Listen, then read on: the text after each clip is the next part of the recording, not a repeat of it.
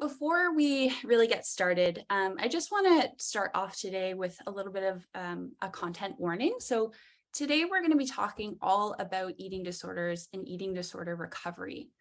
But before we dive in, I want to just give folks a heads up that as we unpack today's topic and have open and honest conversations through the session, it is possible that triggering topics may come up. As a reminder, if you do feel triggered or you don't feel comfortable listening to the session, please know that you can always leave the Zoom webinar at any time if you're watching the recording. You can also just simply pause or stop the video whenever you need. We also strongly encourage folks to reach out to the helplines offered by both Kids Help Phone or NEDIC for additional support if you need it. And again, Lauren's just going to pop those links directly in the chat in just a moment. Okay. And as always, I just want to start today by taking a moment to acknowledge the land on which we stand. Body Brave is located in the city of Hamilton, which is covered by the Dish with One Spoon, One Palm Belt covenant, as well as the Between the Lakes Purchase of 1792, which was an agreement between the Mississaugas of the Credit First Nation and the Crown. Hamilton is on the traditional territories of the Erie, Neutral, Huron-Wendat, Haudenosaunee, and Mississaugas. As an eating disorder organization, Body Brave would like to acknowledge the importance of traditional food practices, and systems in Indigenous cultures across Ontario and Canada at large, and acknowledge how food has been weaponized historically and continues today. As a charity providing treatment and support to those with body image issues and eating disorders, we acknowledge that Indigenous folks and Indigenous cultures are frequently left out of body image and eating disorder spaces. It is our responsibility to work towards decolonizing these spaces and create supportive environments for Indigenous people who desire support. To learn more about the land which you're located on, we encourage everyone to check out a link that we're going to post in the chat in just a second. It's a really wonderful resource just to check out the land on which you stand to. Okay. And just to ensure the safety and the respect of all participants and speakers for today's session, we do have a few shared group norms or conversation guidelines that we ask everyone to abide by. These include respecting confidentiality of all participants, adopting a non-diet approach, staying open-minded toward others' experiences, and respecting one another. We also do not hold space in support sessions for discrediting, challenging, or attacking the real and lived experiences of our presenters or attendees, whether those experiences are gained either through their personal lives or through their professional ones. Okay. And finally, just in terms of a few logistical housekeeping items, as I mentioned today, our session is run through Zoom webinar, and we are recording this for those who are not able to attend live. However, please know that if you are with us today live, your audio and video will not be seen or recorded during this session. And we also have closed captions available for those who used or desire to have them. So you can turn on closed captioning by clicking on the CC Live Transcript button on your Zoom toolbar. And if you are attending live, you're more than welcome to use the Zoom chat feature. We really encourage this because the chat is a great space to speak to the group as a whole and share comments as we unpack our topic through discussions. You can also ask questions using the Q&A box in the Zoom toolbar as well. And additionally, we'll be administering a very brief anonymous survey for folks attending and for those who are watching the recording as well at the end of the session. However, I just want to quickly note that we do kindly ask that only those who are actively pursuing recovery complete this survey. So if you are a healthcare provider or a caregiver to someone in recovery, we ask that you do not fill this out. Okay, so those are all our housekeeping items for today. So let's dive in. So today's session, we're talking all about self-compassion in eating disorder recovery.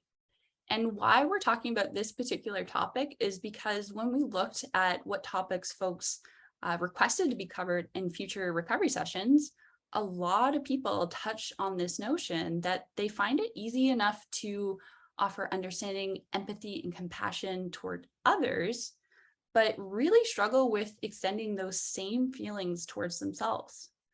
So in today's recovery session, we'll be exploring what self-compassion means and how we can start to incorporate it into our lives. And to start us off, we'll hear from our wonderful clinician, Carly Crawford, who will explain some of the key elements of what this is and what it looks like to explore self-compassion from a clinical perspective. And then we will cover some questions with our wonderful, lovely panelist, Jamie. And to wrap everything up, we'll dedicate the last 10 to 15 minutes to answer some of our audience questions. Okay, so now I'm going to stop sharing my screen really quickly. There we go. And I just want to kind of start everything off with a few introductions. So to start, I want to introduce everyone to our wonderful panelist and lived experience expert, Jamie. Jamie, do you want to introduce yourself?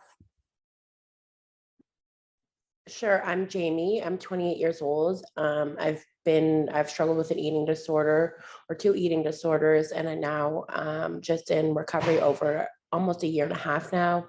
And this is a really great topic today because it's something I'm actively working on and definitely struggle with. So it'll be nice to hear from a clinical perspective, but like giving my own perspective. So I'm hoping it will help me in my own recovery.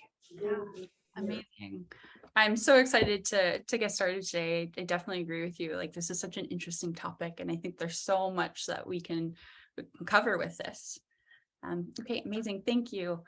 And now I'm going to introduce everyone to our wonderful clinician. As I mentioned, her name is Carly. Carly is the owner and founder of Carly Crawford Psychotherapy. Carly is dedicated to helping individuals develop a strong sense of self and a powerful voice. Carly has been working as a clinician since 2009 and has treated individuals with anxiety, depression, OCD, and PTSD. Carly also has extensive experience in the treatment of eating disorders and supporting families touched by this illness. She is a member of the Academy for Eating Disorders, a clinical advisor for the National Initiative for Eating Disorders, NEED, and as well for Body Brave. So welcome, Carly, and thank you so much for joining us. And I'll pass it over to you to kick off our session. Awesome. Thank you so much. Those bios are always so uncomfortable. So just to add a bit of context there. So my name, as Janine said, is Carly Crawford, and as a clinician with lived experience, when we think about the topic of self-compassion, the first thing that comes to my mind is kind of something that you just mentioned, Jamie, which is that it's really, really hard for people to wrap their heads around. And so I often see that, especially in the early stages of recovery, that, when we talk about what self-compassion is, which I'll get into a little bit more detail in a moment, the initial reaction is often a bit dismissive in terms of it's very difficult for people to kind of wrap their head around that this may be something that could be really, really helpful for everybody to practice, but specifically in terms of recovery from an eating disorder. So when we think of self-compassion, I want you to kind of reflect on what you think just to yourself, like, what does that mean, right? Because I think that oftentimes, and Janine and I and Lauren were talking just prior to coming on today, that sometimes that can feel so far-fetched because you may have the misconception that means that you're, constantly able to be kind and accepting of every single thing that you do all of the time. And it can kind of almost bleed into that toxic positivity mindset that's not necessarily what we're aiming for, right? So self-compassion at first glance, you might think of things like I need to do better, or I can't fail again, when in fact it's the exact opposite. So Kristin Neff is kind of the self-compassion guru, I think, because she's done most of her research there, and she's got a couple of wonderful books. It's definitely, her website is really great too. It's got some guided meditations and some great kind of free resources that you can use. So how she kind of explains it is the ability to be kind to yourself in the face of failure and to treat yourself how you would another person in times of suffering. So in the simplest terms, the basic definition of compassion means to suffer with. Instead of ignoring the pain, refusing to acknowledge it, or flagging ourselves with criticism, self-compassion involves being kind, caring to ourselves when we may feel shameful, inadequate, or discouraged. That sentiment in itself is actually very, very complicated when you think about how hard that is to do. And when I think about it in the context of an eating disorder, oftentimes people will separate their eating disorder from them. So they will talk about their eating disorder as like the eating disorder voice, and that in and of itself is very, it's the opposite of compassionate, right? So that those types of thoughts that come with the eating disorder can feel very normal and very comforting. So when we're telling you, or when we're encouraging you to kind of do the opposite, it can feel very discouraging and probably inauthentic in that way. The thing that I observe with most of the people that I work with is that they're the most compassionate and kind and caring individuals to everybody else in their life. And that kindness and that nurturance to be able to kind of reflect back and practice on yourself is where things get really, really challenging. So it is a lot of the exercises and the literature about self-compassion will ask you to do things like think about what you would say to a friend in this situation, or think about what your younger self would need. And sometimes that can be a really good way of even recognizing how self-defeating the thoughts are that you're having about yourself.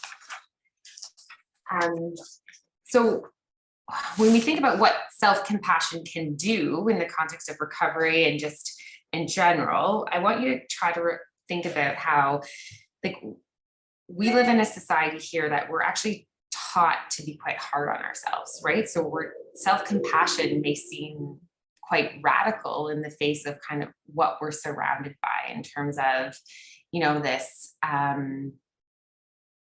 this need to do better, there's a lot of criticism all of the time. It's basically the opposite of this idea that we need to focus on kindness and love and compassion and nurturance. So I just wanted to kind of point out that makes it so much harder to practice these behaviors when we're kind of set up in a place that is not really conducive to us doing that. So when I think about self-compassion in the face of recovery, self-compassion is about, being okay with more of a growth mindset versus that punitive mindset of I messed up today, or I wasn't able to complete my goal, or I slipped with a symptom, or I am upset that I'm not feeling better after all of this time. A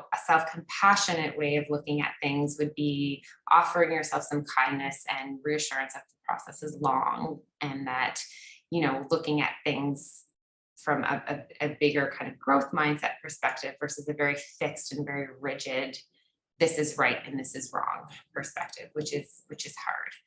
I think it's pretty hard. And I know that, I think that these topics have been discussed in different avenues within Body Brave, but from a very traditional treatment perspective, if you either have to kind of do all of these things or you're kind of failing, right? And that's where it can be really difficult to kind of get your mindset to a place where it can accept that, okay, so I may not be feeling great about these things, but I have to be able to recognize that these are the things that I am doing, that I'm passionate, or that I'm proud of myself for.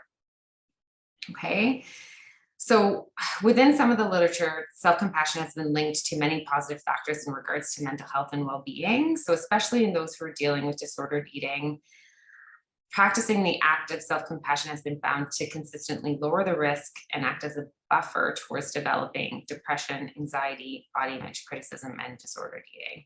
So if you think about kind of yourself and, the trajectory of when you first started to have thoughts that were, maybe more self-defeating or negative, how would things be if you were able to kind of have that self-compassion from a really, really, really early age?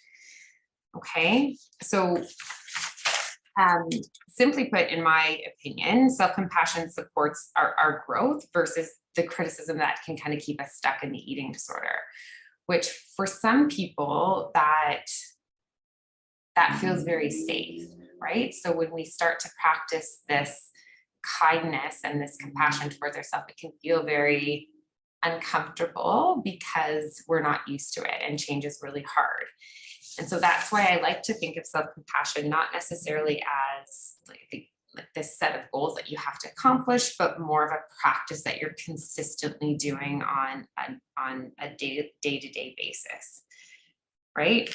So our kind of that, what is enabling that harsh, maybe critical, self-destructive, self-sabotaging voice of the eating disorder versus what is supporting recovery. And sometimes recovery is very scary to think about. And so that is another reason why self-compassion can be really difficult, because oftentimes when we're thinking about, going into the various stages of recovery, sometimes it can be very scary to think about getting better. So I think that that's another element to consider with self-compassion, which is that, especially we know that eating disorders don't exist on their own. So when we think of it in the context of depression, anxiety, it can be really scary. It doesn't feel safe to trust this kindness that we're attempting to practice for ourselves.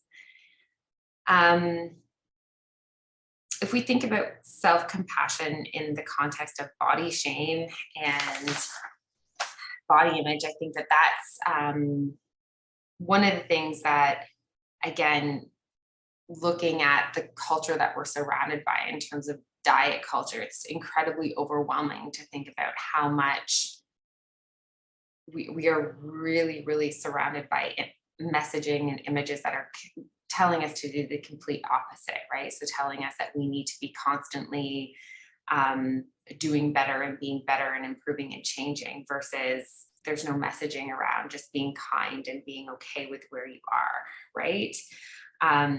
So that's one of the things that I'm often encouraging folks to think about through that lens of that critical lens of, okay, so we know that this messaging doesn't make a lot of money if we think about, okay, so we're gonna be happy and try to be kind to ourselves with where we are, versus getting caught up in the I'm not good enough, I need to do this, and this to get better, right?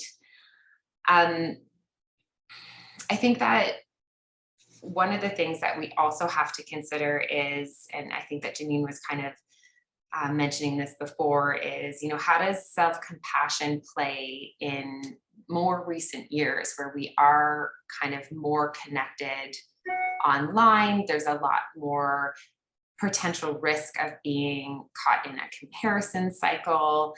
All of those things that, again, make it really difficult to turn inward and practice this self-compassion around how we're feeling kind of about ourselves, okay? So one of the first steps in building our self-compassion is acknowledging and accepting all of your thoughts and feelings, and the good and bad. So that in and of itself is really, really, really hard to do. But I think that one of the things that I see in practice is that it's very difficult to start to practice some of these exercises and things that you will see on the Kristin Neff website, and some of the things that are listed in the Body Brave handout here, if you don't think, or you don't trust that you're not being compassionate, that you don't see that this is something that you need to maybe work on being a more flexible way of looking at things, or so that really is the first step. So it's quite common for us to internalize failure or put blame on ourselves, but recognizing that these internalized thoughts can help to make us start at changing them, okay? One of the things that I think is the best place to start, and then we can definitely, I want to open it up and talk to Jamie, and then we can have more questions, because I think that this topic is so big that we could talk for hours about it. Is one of the first steps is just identifying in terms of what it is that you feel like, where you feel that your own self-awareness is in terms of how you're feeling about yourself. So once you're able to kind of identify those thoughts, it can be a little bit easier for us to start to put some of these things into action in terms of how do we kind of approach being kinder to ourselves once we're able to identify exactly where we are in terms of our thoughts and feelings, kind of thing.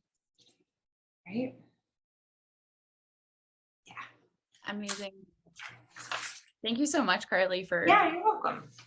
so many. The one thing I know, you mentioned, you and I were chatting earlier before this session of, I really liked how you put it, of this idea of toxic positivity. I think you referred to it as, right? And I think a lot of people, that resonates with a lot of people, because it is kind of easy to fall into this idea of what you think self-compassion is, right? Of like, it has to be, you're super kind to yourself and you can't do anything wrong, and and you're able to just suddenly everything is great. But sometimes kind of falling into that trap of like, oh, I should be able to do this, and I should be more positive about this, or kinder to myself, and then that kind of like feeds into this negative thinking, right? And it kind of backfires. So I really loved how you touched on that of like, part of self-compassion is kind of like sitting with that and giving yourself space to not feel okay. Yeah, I really just, so many things that you touched on, and I was just like, my mind kept going, and I was like, oh, I can't wait to get to questions and discuss this more. So with that said, we're going to dive into our questions. So our first question that we have prepared today, and Jamie, I'm hoping you can kind of share your thoughts and experiences on, is what role does or did practicing or attempting self-compassion play in your recovery journey? 100%. And it definitely really plays a huge role now. And for so many years, like this idea, like of my brain relied on shame and guilt to like navigate how I should do things, because like that's the way we were taught, is to shame ourselves. And I was watching this video a couple days ago, like we were taught to shame every single part of our body, like down to our fingernails. That is the way we were taught as beings, as a way to feel better. And it's completely the opposite of that, is unlearning like all the shame that we've been taught throughout our lives. And that's something I really struggle with because of the way that I grew up, because I was shamed for a lot of my life. And then to actively unlearn that is a really hard process. And I still struggle with it daily. And I think it's reduced a lot of my suffering to allow myself, not even to say, oh, I love myself and everything's going to be okay, but just to allow myself the compassion or the ability to be like, this is how I am, and that is completely okay. And for a lot of years, like I've been told that it's not okay, or that I've told myself that it's not okay. But to actively repeat the process of telling myself it's okay exactly as I am, I can tell you that it's definitely reduced a lot of my suffering. And this is actually something I'm working on in therapy, is to be able to trust myself again and reduce the suffering and be able to trust myself again. And it's a really hard process, but I can already see that it's worth it. I also just completed a 6-month program in DBT, which also kind of focuses on self-compassion. So I think it's a really integral process in my recovery to be able to work on and have as a tool and a strategy. I just think it's really important as a way to navigate. And like, I never gave myself compassion. And I think that way didn't work. like the way that I was taught to shame and be mean to myself, I did it for over 10 years and it never worked. So I like to think of this idea of like, hey, like, why don't I try something different? I can always go back to shaming myself. Like, I know how to do it. I'm very comfortable in being able to shame myself. But I think that I was just exhausted. Like, it is hard work also to constantly be mean to yourself, that like I wanted another way. And I think that it's not perfect in the slightest. I do have a lot of days where I am very mean to myself, but the difference is like there's a way out of that. And I think focusing on being in the present and being content is the way that I give myself compassion, is being okay with the right now. It's not about loving myself or being kind to myself, which I think does help, but I can't say that I feel that 100% of the time. So I think allowing myself to be in the moment is really reduced a lot of suffering. And I journal every morning of like things that like I do want to be kind to myself. I listen to meditations on self-compassion. I do agree Kristen Neff is great. I highly recommend her. But in the end, like I think I'm on the beginning of this journey because for so many years I had to unlearn all the years that I've learned it. So I think for right now is just really actively repeating the process of just letting myself be. And that looks different for everyone. Like there's no right way to be. And that comparison about social media and all those things is definitely does get the best of me, especially being active on social media. I love to compare and like, oh, she's doing that or he's doing this and I have to do that. So allowing myself like this is how I am and everyone's on a different journey 100% has reduced a lot of my suffering. And I think it's a really important part of my recovery is just like allowing myself as is.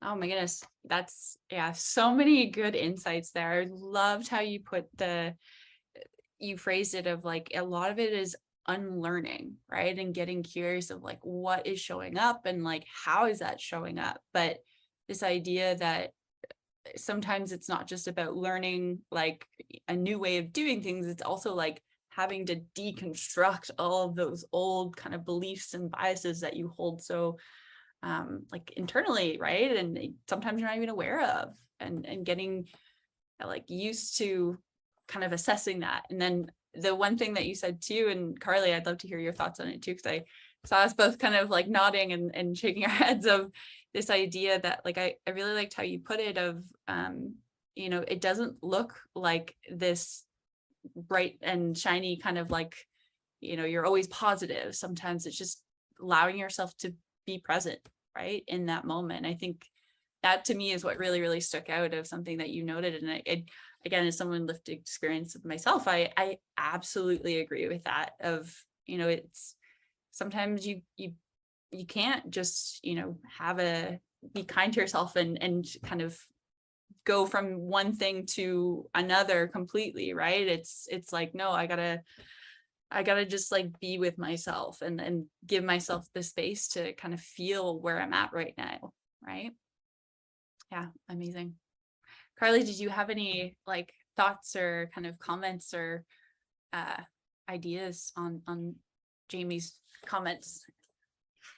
Yeah, I was writing in the chat and not going in. It wasn't going anywhere.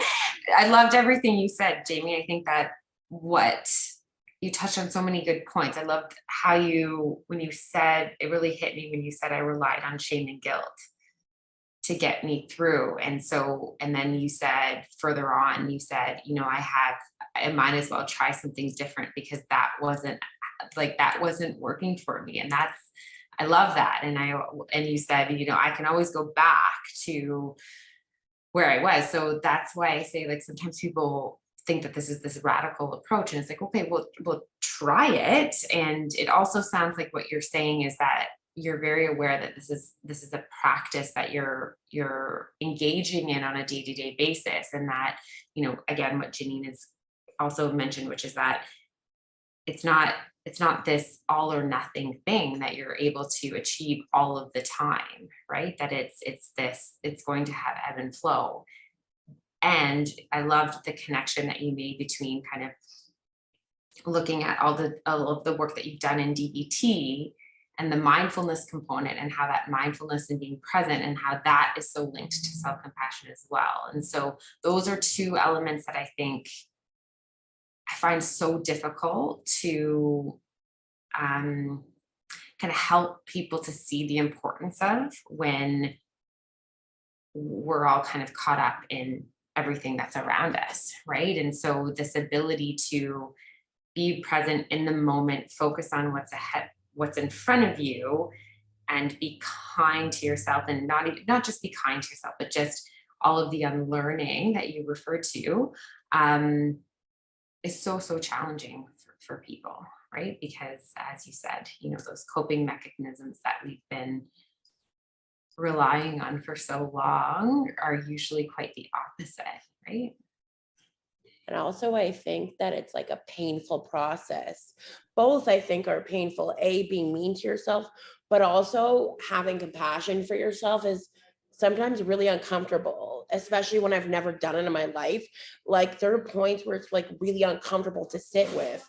But like at the end of the day, I think it's a lot more worth to go through the uncomfortableness of being compassionate with myself than being mean to myself. So like it isn't all like, oh, I'm gonna feel great, like I love myself, like I'm gonna treat myself with kindness. No, treating myself with kindness seems really weird at first, and I'm uncomfortable with this because I've never done it before. So I think like also sitting with the uncomfortableness of like, why do I feel that I'm uncomfortable when I'm being nice to myself? Like, do I not deserve being kind to myself? So it's also sitting with that as well.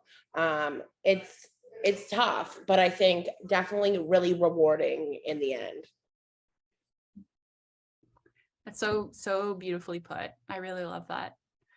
I want to just kind of bring this up too, because we have a wonderful question that came through. And I think, Carly, I'd love to hear your thoughts on this as a clinician. One of our audience members wrote, in terms of IFS, viewing our different parts with compassion, how can we turn this compassionate and understanding approach to ourselves and our greatest burdens when we believe we are inherently bad, or we feel immense shame for how we think about them or ourselves? And I think, Jamie, too, you kind of touched on this a little bit too, and I'm going to let you speak in a second, but I just wanted to note before you dive in, Carly, of, Yeah. I like this kind of, I think this question is great and kind of just builds off of what you're saying, Jamie, a little bit of like allowing yourself space to feel. Yeah. So IFS is internal family systems approach to therapy, and I myself don't practice that. However, I do know about it, and I think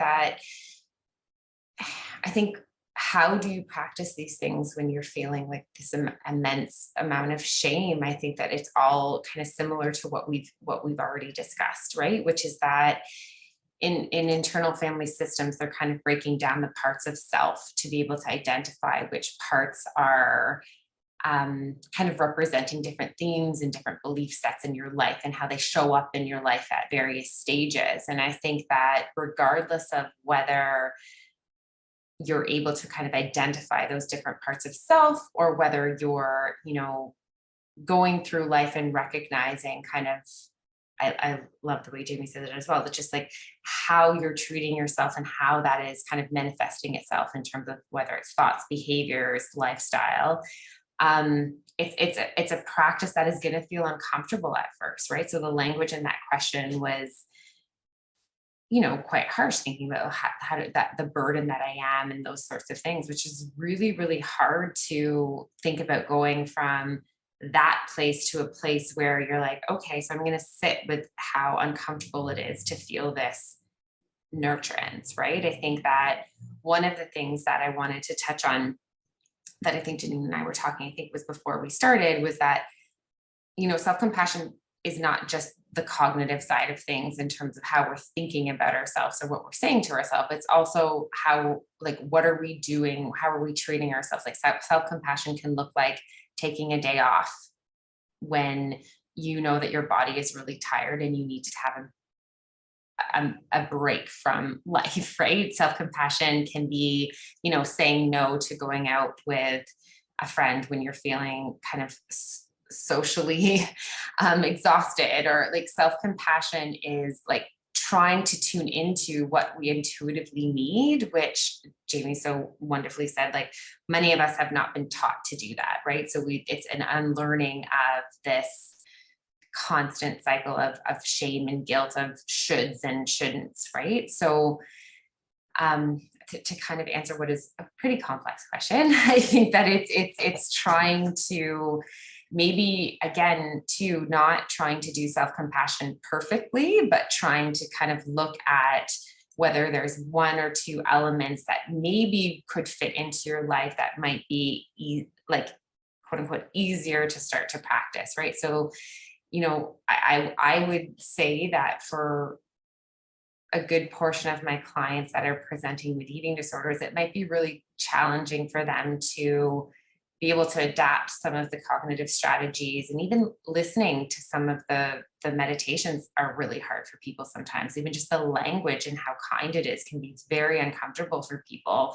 So perhaps that's not the first step. Perhaps the first step is trying to change something in your routine that is enabling or making or coming from kind of that self-criticism or that shame and guilt place, right? So deciding to, make yourself your favorite snack when you get home versus working on your computer for 2 more hours. Like starting with something like that might be an easier step. Yeah, I love that. That's so beautifully put. Okay, amazing. And I want to make sure we get to our next question and make sure that we have room at the end for audience questions too. So we'll move on to our next question for Jamie. And I know we really kind of like delved into this and you have touched on this, but wondering if you can kind of like really lay it out for all of us. Question is, what things have you tried that worked and what continues to work for you today? So it actually kind of relates to what the other question was, how do I practice compassion? And I think the first step for me was like, well, when am I noticing that I'm being mean to myself? Because it's so ingrained and it's so unconscious that just even the fact of starting to notice, like not doing anything about it, of noticing the fact when I'm shaming myself or I'm being mean to myself or I'm being hard on myself, was like the first step to realize like, oh my gosh, I am so mean to myself. So I think like the act of noticing when I am like really hard on myself is like the first step to be able to like unlearn and tackle it. And I think also like I've been mean to myself and shame myself for a lot of years. It's not going to change in one day, in 1 week, or a month. I think giving the space, as Carly said, is also really important. And I get caught up with myself sometimes. Well, like, why can't I just do this right now? This is so hard. Like, why do I have to deal with this? All these whys.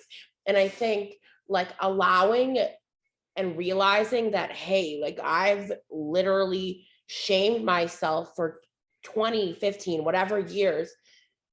Give yourself a space, at even a year or two, however long it takes, to be able to even like just be. And I think saying to myself, like, if I never become this compassionate being all around, I still don't deserve to be mean to myself. And I think that's also looking different on everyone. There's no right way to be compassionate with yourself. And so I think that has really helped me, like this all or nothing thinking. I think especially in eating disorders, like I love to do that. Like there is no gray area. And I want to control things for like how I expect them to be. And I heard something that expectations are just prerequisites for resentments. And that like changed my life. So it's like, I only heard this like a few days ago. So I think really just like being in the moment of like, this is how it is, like tough cookies, that's it. and allowing myself just to be as is definitely really helped reduce suffering. And then the last point I wanted to cover is being and thinking are two separate things. Like I might think I'm this terrible person and I shouldn't continue to do what I'm doing, or I'm doing terrible and I'm not doing the work, but having evidence and being able to produce the evidence of like things around me. Oh, I go to school and on this panel and all the things that like are real life evidence of like maybe writing it down or thinking and brainstorming about it also really helps challenge that thinking. Like, hey, here's this evidence that I know I'm not a terrible person.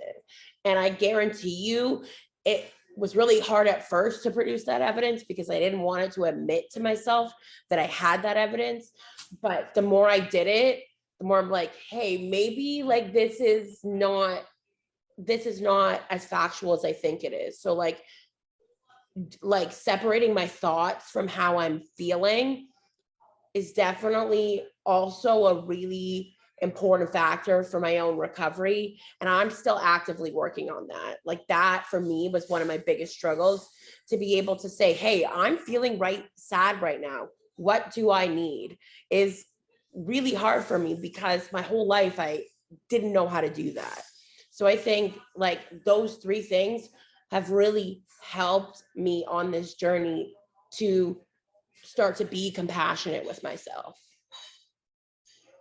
Oh, that's so beautifully put. Yeah, and there's just comments coming through in the chat of saying like this is so helpful and insightful and definitely like great way to help starting to like shift those thoughts, right? And one thing I really loved how you put it too, of, you know, like the actual act of looking at, okay, what is the evidence to support what I'm feeling and thinking, right? And I, again, speaking from personal experience through recovery, I absolutely agree with that so much. And, you know, I recognize too, like that can look different for different folks, and you can practice that in different ways. I know for myself, I also love journaling too. And that's something that I found really helpful for me. And I know I remember at one point too, I had a friend who was really supportive in my recovery. And they said to me, like, I had just described something when I was going through recovery, and I was so frustrated with myself that I wasn't able to do this perfectly. And I didn't even notice that I was like kind of talking negatively about myself. And I remember they had asked me point blank, like, okay, you said all these things, now say them to me, like if I had done that. And I remember that just like hit me in the face. And I was like, no, I'm not going to say that to you. Like, I would never say that to you. And that realization of like, wait, I would never talk to you that way, but I'm doing it to myself. Right. And just whatever it is that you need to help you like get that evidence of like, okay, this is what I'm thinking and feeling, and this is what I'm saying and doing, but here's the evidence to support, right? Or like to challenge that. Yeah, wonderful. Carly, do you have any comments and thoughts to share on all of this? Yeah, I wanted to say that I think sometimes I was trying to figure out how to articulate this. So I think because as we know, eating disorders are so complex, and they're so painful, and they're so all consuming, and they're so, you know, many times people that are, I'm guessing, like that are coming into maybe thinking about doing some work around self-compassion, they may have tried a lot of other things. They may have tried a lot of other things to make themselves feel better. And so when we just brush the surface of what self-compassion is and what this work looks like, I think there's almost this assumption that it seems very simplistic. It's like, okay, so I'm just supposed to be nice to myself. And so I find that there's like the automatic reaction is often to say, okay, well, that's not going to work because like I'm feeling this heightened all of the time. And then so this is not actually going to help, when I think what we do know is that it's this unlearning that if you think about, okay, so, but if I had this base of self-compassion from the time that I could kind of process any emotion, like how different would that be? And so if I can adapt that now in my life, it only makes sense that that's going to be helpful in the long run, right? So I think to kind of wrap that up, my take home would be to perhaps not be quick to dismiss the things like this that might sound like they're not going to work, or my thoughts are way too negative, or any of these. I'm in a place where I'm in too much of a destructive path. Like, to just perhaps start to engage with some of the material in a way that is tolerable. And then I also just wanted to read this quote that I wrote down the other day, and I absolutely loved that quote. I wrote it down: "The expectations are a prerequisite for resentment." I love that. So the quote is: "Compassion is fueled by an understanding and accepting that we're all made of strength and struggle, and no one is immune to pain or suffering. Compassion is not a practice of better than, or I can fix you. It's a practice based on in the beauty of pain and shared humanity." So this idea that it's not, again, like Jamie said, this, okay, I go from here to here. It's this idea that we're all going through these things, and we all need to practice. Thank you so much for sharing that. I love how that's put. And I love that quote of how it touched on, like, I can't remember the exact wording that you said, but it's this idea of like, it's the act of like sitting in that pain, right? And then like giving that space for it. And that's terrifying. And I think that's where a lot of the time when we talk about self-compassion, it does feel so overwhelming and terrifying, because it is hard to sit with that, right? And it's hard to give ourselves space to feel these things. But I love, Jamie, like how you've put it so beautifully, of like, it's also hard to, allow yourself to continue that negative like pattern, right? Of talking so and feeling so negative towards yourself. Like, both sides are really uncomfortable and painful to go through. But that's where, the benefit with going through the uncomfortableness and the pain with doing the work and working on that self-compassion, like, there's a lot of good things that come out of that, right? And that really kind of support recovery, support just overall well-being too, right? Yeah, I also think it's important to validate those feelings, that it is really, really, really scary and hard and miserable. Like, for me, like saying, hey, like, one of the things I like to say to myself is, hey, like, this is like really hard or really scary. Like, that's a normal feeling to have. Because like, I think for so many years I told myself, like, it's not normal to feel sad or to feel anxious or scared. And I think really saying, hey, like, this is hard, this is probably really overwhelming and exhausting, like, helped me kind of break down that it is, like, not to deal with it all at once. Yeah, I love that. I love that idea too, of like validating that, and that giving you, permission to be like, yeah, I can't deal with all this all at once. I think that kind of notion is really, a lot of people could resonate with that, right? Because it definitely does feel overwhelming when you're kind of starting from the beginning and trying to navigate where to go. Oh, amazing. Okay. So I'm just going to quickly check our Q&As really quick, because I see another one came through and we have about 10 minutes left. So I just want to invite the audience, if you have questions, comments to share, now is the time to do so. So please type any of your questions through the chat, and we'll do our best to get through all of them. But our first one that has come through, it says, I frequently get these shame highlight reels that run through my head at night when I'm trying to fall asleep, of all the things that either I've said or done that I'm ashamed of or embarrassed about, and I don't know how to disrupt or stop it. Do you have any strategies for interrupting thoughts of shame or rumination?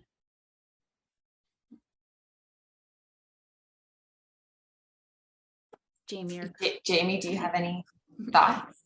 So I think like I literally struggled with this last night, and I constantly struggle with this like right before bed is like the time where I ruminate or I feel shame. And I think like as much as generic as it sounds, like the practice of meditation and putting on those meditations before I fall asleep and actively redirecting my attention to meditation or things around me, I think like focusing on it just makes it worse. And I think I touched on this before about validating the feelings of like, yeah, like this is something I've learned for so many years and how it was my identity. And it's not going to like unlearn in this very moment right now.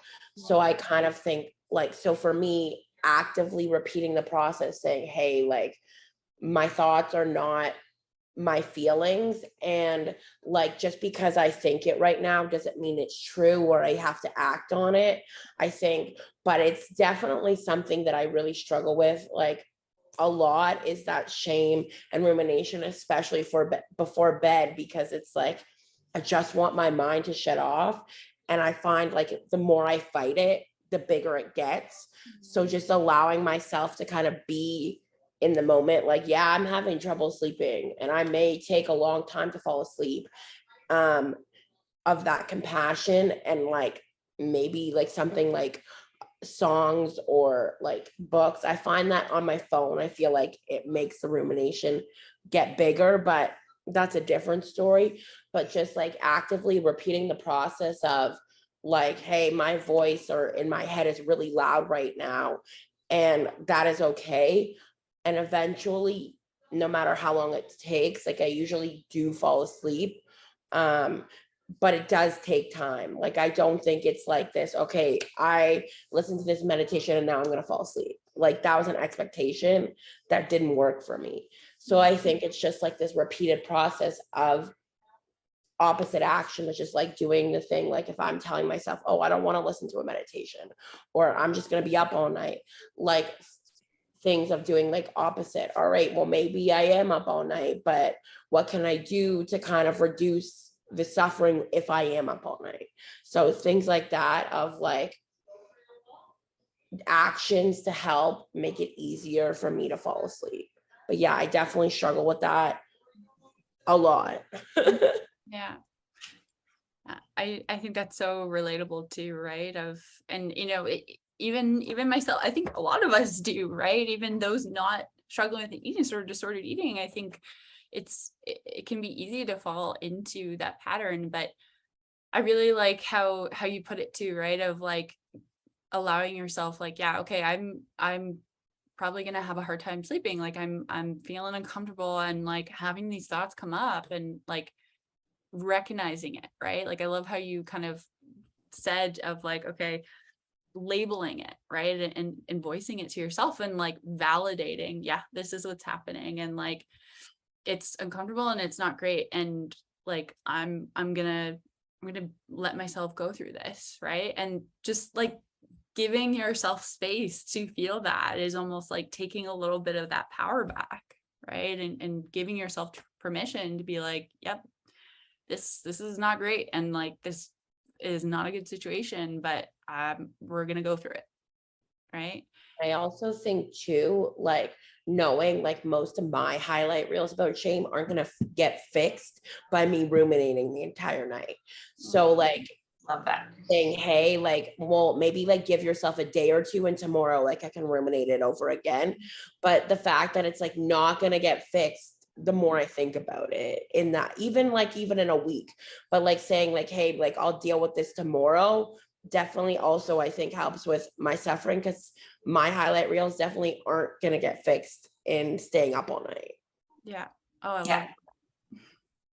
I love that. That's great. I think I'll just add a couple points. I think if we think about this comment or this question, pardon me, in the context of self-compassion, because Jamie listed a lot of great things, like perhaps changing up your routine a little bit at night, like trying to distract, knowing that this is kind of a pattern, right? Our brain is very our brain is designed to go into these loops. It likes those pathways, right? I think from a self-compassion standpoint, just to try to kind of normalize that you're not the only one having these, like, this is unfortunately just the way that a lot of people are wired. We stop for the day. For some people, maybe that's the first time you've had any kind of free space in your mind. And so it's the first time you've actually been alone with your thoughts. And so that highlight reel or that rumination might feel more intense if you haven't kind of had that connection with yourself at any other time in the day. And that idea that, okay, so I'm not the only one that is maybe feeling anxious about that conversation that I had earlier today, or I'm using the word anxious because that is often something that will create a feeling of shame, or I can't believe that happened earlier. Like, other people are maybe sharing similar feelings, and sometimes that can help to make you feel a bit more in control and make you feel a bit more capable of handling it, right? Another thing that to add it is like thinking about some affirmations or things that you can say to yourself to try and encourage and try to just calm down your nervous system a little bit, right? So reminding yourself that, yeah, I'm having these thoughts and I can handle them. I'm going to be okay. I'm going to, as you said, Jamie, like, I love that. Me staying up all night and ruminating on these things isn't necessarily going to leave me waking up in the morning feeling refreshed. However, perhaps if I were to approach things as, okay, so yeah, here comes the thoughts. I'm having them. Jamie's probably having them, so-and-so is, and I can handle them. I can have these thoughts and they're not going to kind of snowball into a panic attack or symptoms or, whatever the case may be. So, and my son, I have two younger children, younger-ish, they're getting older now. And I read this book to my son and it's called I Can Handle It. And it's basically just, and I've recommended to all of my adult clients now because it's designed for children, but it's basically encouraging this compassionate lens of like, there's going to be hard things. You're going to make mistakes. You're going to have, big emotions, hard thoughts. And instead of, having this mindset of, okay, I can't do it, self-compassionate lens would be, yeah, and I can get through it. And I can get through it by being kind to myself. And so trying to think about that. But that last question is kind of the $1 million question. I think if people could figure out how to stop that before they went to bed, we'd all be. Yeah. Amazing. I'm keeping an eye on the time and I realize Yes. we're actually out of time, but I want to thank you both so much. I think there's been so many amazing tips and insights shared from both of you today. And Carly, I'm absolutely going to look for that book and hopefully buy it for myself as an adult. Totally okay. I can send you the link. Please do.